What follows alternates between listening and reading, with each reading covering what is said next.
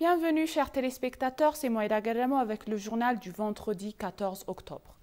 Dans une lettre adressée au gouvernement irlandais, le ministre éthiopien des Affaires étrangères, Demek Emekonnen, a exprimé sa consternation face aux efforts répétés de l'Irlande pour s'apaiser l'Éthiopie en utilisant son adhésion au Conseil de sécurité de l'ONU, à l'Union européenne et à d'autres institutions. La lettre indique que l'Éthiopie souhaite vivement trouver une solution pacifique au conflit dans le Nord. Rappelant que des groupes de l'Union européenne en visite en Éthiopie ont informé les autorités qu'elles devaient repérer les clôtures avec l'Irlande et si elles souhaitaient normaliser les relations avec l'Union européenne, Demek a ajouté que les efforts de l'Éthiopie en ce sens avaient été repoussés par l'Irlande. Le ministre des Affaires étrangères a poursuivi en disant que, aussi décourageant que cela puisse apparaître en se jugeant par la réponse de l'Irlande, la politique et réengagement de l'Éthiopie avec l'Occident est fructuante. Appelant le gouvernement irlandais à s'absentir d'hostilité, Demek a en outre demandé aux pays membres de l'Union européenne de s'engager avec l'Éthiopie de manière plus constructive. Concluant son appel, Demek a néanmoins déclaré que la réponse de l'Irlande était déterminante pour décider s'il y avait suffisamment de raisons pour que l'Éthiopie poursuive qu'il reste des relations diplomatiques.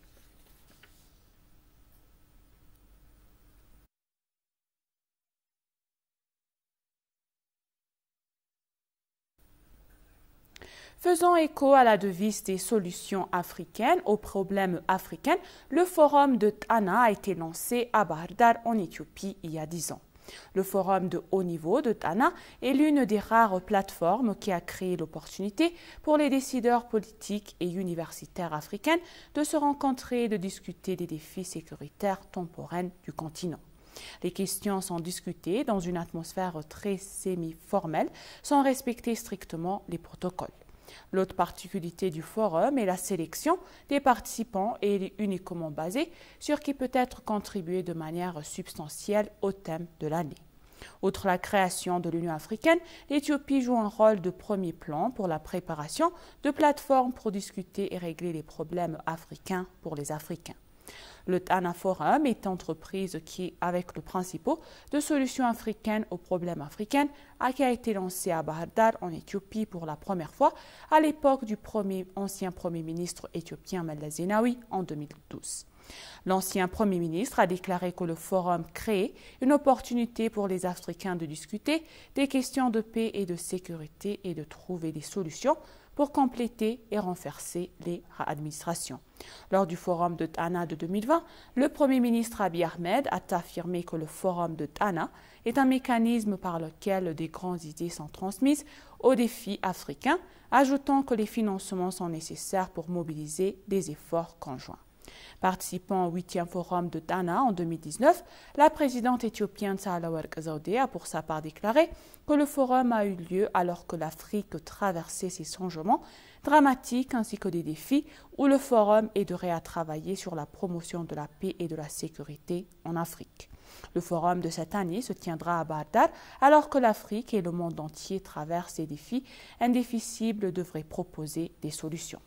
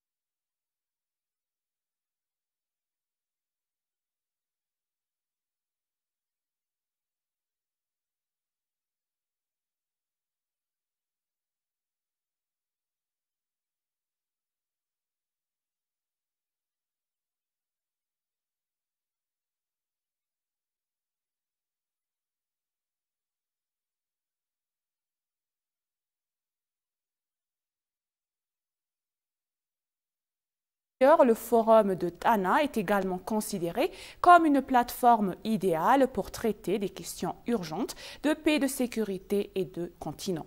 S'adressant à la presse, Hailemariam Desalegn, membre du conseil d'administration du secrétariat du Forum de Tana, a souligné que le Forum offre aux dirigeants et parties prenantes africains un moment opportun pour s'engager et explorer les solutions de sécurité dirigées par l'Afrique. Un dialogue franc et pertinent est fondamental pour résoudre les conflits et transformer les sociétés. L'événement de cette année se tiendra sous le thème « Gérer les menaces à la sécurité, renforcer la résilience pour l'Afrique que nous voulons ». Le forum de haut niveau de Tana est un lieu d'échange sur la gestion stratégique et proactive des questions africaines de paix et de la sécurité motivées par l'intérêt de contribuer à une meilleure appropriation de ces questions. Hailemariam a déclaré aux journalistes que le forum complète des réunions formelles des chefs d'État et de gouvernement africains en leur rassemblement dans un environnement informel et collaboratif.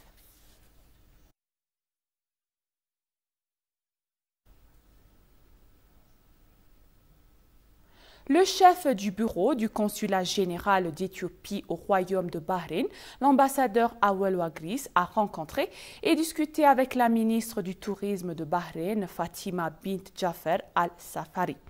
Les deux parties ont discuté de nombreuses questions au cours de la conversation, de leur but de renforcer les relations bilatérales par le tourisme.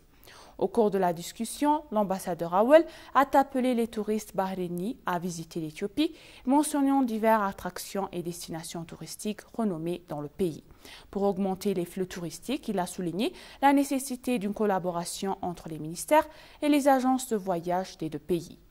La ministre, pour sa part, a promis à l'ambassadeur qu'elle travaillerait pour faire de l'Éthiopie l'une des principales destinations de voyage pour les visiteurs bahreïniens en les encourageant à inclure l'Éthiopie dans leurs voyages organisés.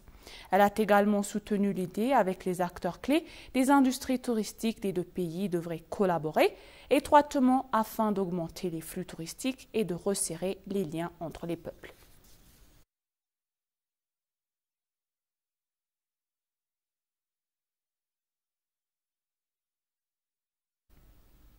Le représentant permanent de l'Éthiopie auprès de l'ONU à Genève, Zeynep Kebede, a déclaré que le renouvellement du mandat de la Commission des droits de l'homme de l'ONU sur l'Éthiopie vise à répéter la même enquête à la motivation politique en Éthiopie. Le représentant permanent a souligné que les États-Unis et les puissances occidentales utilisent les droits de l'homme comme un outil politique pour poursuivre leurs objectifs politiques sur les nations souveraines. L'Éthiopie a fait preuve d'un engagement et d'une coopération solide pour enquêter avec les violations des droits de l'homme au Tigré. Cependant, les experts de la Commission des droits de l'homme des Nations Unies sur l'Éthiopie ont publié un rapport de qualité inférieure, sous-estimant le rapport conjoint de la Commission éthiopienne des droits de l'homme et du Haut Commissariat des Nations Unies aux droits de l'homme. S'adressant à ETV, le représentant permanent de l'Éthiopie auprès de l'ONU à Genève, Zeynep Kebede, a déclaré que le renouvellement du mandat de la Commission des droits de l'homme de l'ONU sur l'Éthiopie visait à répéter la même enquête à la motivation politique en Éthiopie. Le représentant permanent de l'Éthiopie auprès de l'ONU, Zeynep Kebede, a souligné que les États-Unis et les puissances occidentales utilisent les droits de l'homme comme outil politique pour défendre leurs intérêts sur les nations souveraines. Il a en outre souligné que l'extension des droits de l'homme de l'ONU est inacceptable et ne fait aucune différence. Zeynep a appelé les pays africains à rejeter le renouvellement du mandat de la Commission des droits de l'homme de l'ONU. La résolution de progérer les mandats de la Commission des droits de l'homme de l'ONU a été approuvée dans un écart très étroit avec ses parrains et de nombreux pays africains ont rejeté la résolution, a-t-il noté.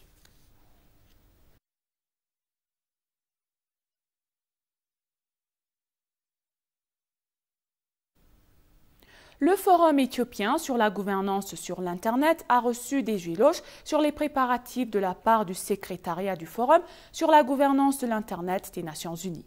Des hauts fonctionnaires du ministère de l'Innovation et de la Technologie et le Comité éthiopien d'organisation de la gouvernance de l'Internet se sont entretenus avec le secrétariat du Forum des Nations Unies sur la gouvernance de l'Internet. L'Éthiopie accueillera la conférence internationale sur la gouvernance de l'Internet en nombre de divers comités de diverses institutions sont en train de se préparer. La délégation a également eu des discussions avec le comité national, le comité principal et divers sous-comités qui se dépendent.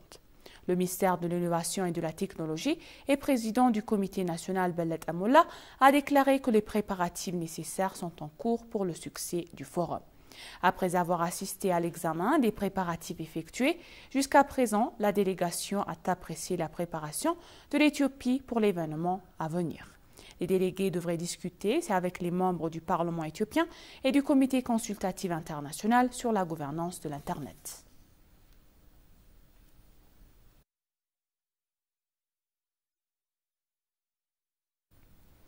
Le ministre des Finances Ahmed Shide, qui participe aux assemblées annuelles des Fonds monétaires internationaux et la Banque mondiale en 2022, a rencontré les directeurs du divers départements du Fonds monétaire international.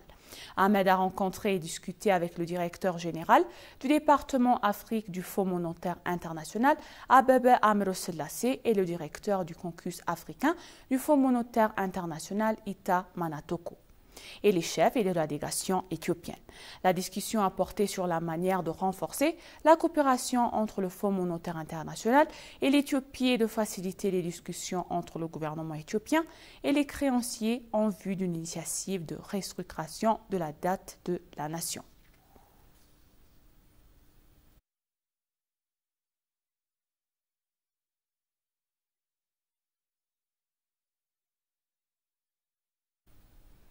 Le directeur général de Soufflet Ethiopia Malt Factory s'est dit convenu que l'Éthiopie offre des conditions favorables aux investisseurs à long terme, ajoutant que la nation d'Afrique de l'Est atteindra bientôt le statut de destination d'investissement de choix. Soufflet, une entreprise française spécialisée dans la production de malt et d'autres domaines agricoles dans divers pays, a fait de l'Éthiopie sa première destination d'investissement en Afrique. Le fait que l'Éthiopie fait une activité agricole importante et soit la première d'Afrique en termes de production d'orge a créé une bonne opportunité pour attirer les malteries. Jean-Benoît Vivet, directeur général de Soufflet Ethiopia Malt Factory, a déclaré à l'agence de presse éthiopienne que son équipe a étudié la faisabilité d'offrir une malterie en Éthiopie.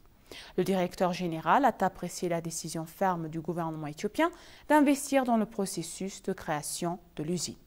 Il a également ajouté que puisqu'il le soutien intégré d'institutions telles que l'électricité et des services similaires est suffisamment fourni, Soufflet Éthiopie a créé la capacité de produire une malterie à sa pleine capacité.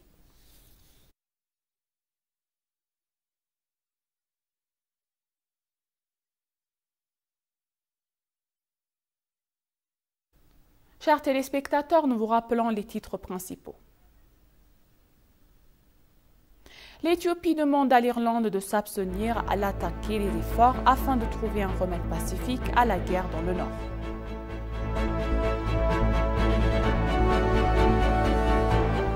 Le Forum éthiopien sur la gouvernance de l'Internet a reçu des éloges pour ses préparatifs. Merci chers téléspectateurs, ainsi s'achève le journal, c'était moi Eda Guerremao et je vous souhaite une bonne journée.